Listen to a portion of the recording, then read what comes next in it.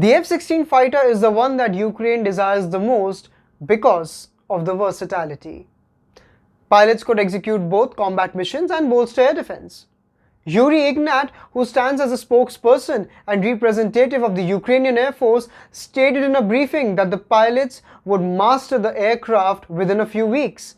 But he also noted that landing and piloting the aircraft is one thing, while combat is another. According to him, currently Ukraine is operating 4 aircrafts: the Su-27, MiG-29, Su-25 and the Su-24. F-16 on the other hand can combine and fulfill the function of all these 4 aircrafts. Ignat notes that therefore the reason and as a result, more focus and attention is being dedicated to it to supply Ukraine. The transfer of multi-purpose fighter jets from the West to the Ukrainian armed forces is now gaining momentum. According to reports, Ukraine has trained 50 F-16 pilots, while on the other hand, the Polish Prime Minister has noted that Poland could deliver its F-16 fighter jets to Ukraine in coordination with NATO. Now, according to these sources, in the recent weeks, the Biden administration has signaled to the European allies that the United States would allow them to export the F-16 fighter jets to Ukraine, as the White House is facing increasing pressure from Congress and its allies to assist Ukraine to acquire these aircrafts in response to the increasing Russian aerial attack. According to officials, the administrative officials are not aware of any formal request by the allies to export the F-16, while the State Department officials, who would be typically tasked for the paperwork for the approval of any such third-party transfers, are not yet been asked to get to work. A few European nations possess the F-16s which have been manufactured in the United States, including Netherlands, which has already signaled its willingness to export some of these aircrafts to Ukraine. However, the United States will have to authorize the transfer due to the sensitive nature of the aircraft's technology. Now, there are downsides to supplying the F-16s to Ukraine.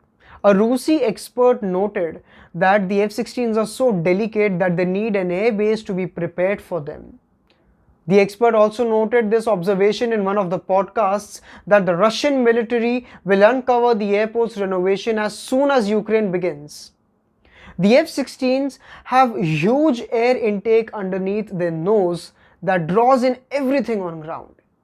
Hence, the F-16s normally requires a clean and well-maintained airbase. Now, the expert also notes that the F-16s have a very light landing gear and there is no extra weight on the fuselage beyond that required due to the aircraft's good thrust-to-weight ratio. While the American-made F-A-18 carrier-based fighter jets may land hard on floating runways to absorb shock, the Russian fighter jets, on the other hand, can land and take off on relatively simple airports. It would take a lot of work to clean up the old Soviet-era Ukrainian runways long enough for the F-16s to prevent the significant risk of the aircraft ingesting extraneous debris that would harm the engine. Furthermore, there are many Ukrainian airports that have runways which are insufficiently long for the F-16s that are fully loaded.